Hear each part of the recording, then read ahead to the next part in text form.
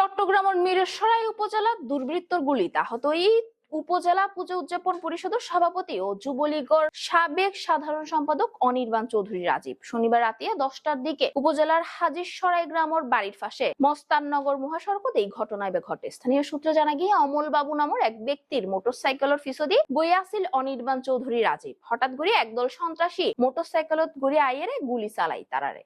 গুলিবদ্ধ হন উভয়ই। অমলর ফাত গুলি লাগে আর অনির্বাণ চৌধুরী রাজীবর কোঁড়র দুই ফাঁসে লাগে দুয়া গুলি। স্থানীয় অকল তাৎক্ষণিকভাবে আহত অকলের উদ্ধার করি মিরসরাই উপজেলা স্বাস্থ্য কমপ্লেক্সত লয়ে যায়। এডে প্রাথমিক চিকিৎসা দেওয়ানোর পর অনির্বাণ চৌধুরী রাজীবরে উন্নত চিকিৎসালয় চট্টগ্রাম মেডিকেল কলেজ হাসপাতালত পাঠানো হয়। উপজেলা স্বাস্থ্য কমপ্লেক্সের দায়িত্বরত চিকিৎসক ডাক্তার ফাহিম ফেরদৌস হইয়ে রাত 10:30টার দিকে রাজীবরে হাসপাতালত আনা হয়। তার কোঁড়র দুই পাশে গুলি লাগে। অবস্থা বিবেচনা লাই দ্রুত চট্টগ্রাম মেডিকেল কলেজত রেফার করা হয় তারে। রাজীবর মোবাইল ফোনত যোগাযোগ করা হলে তার রিসিভ করে তার প্রতিবেশী উপজেলা ছাত্র দলের সাবেক সিনিয়র সহসভাপতি মোহাম্মদ সাইদ। তিনি জানাই আরা এখন অ্যাম্বুলেন্সত আছি রাজীব ভাইরে লইরে চট্টগ্রাম মেডিকেলের নিকা যায়। রাত 12:30টার দিকে 12 আউলিয়া ফারুই এই ঘটনাত কারা জড়িত এবং কি উদ্দেশ্যে হামলায় বই তা এখনো নিশ্চিত নয় বলে জানান তিনি।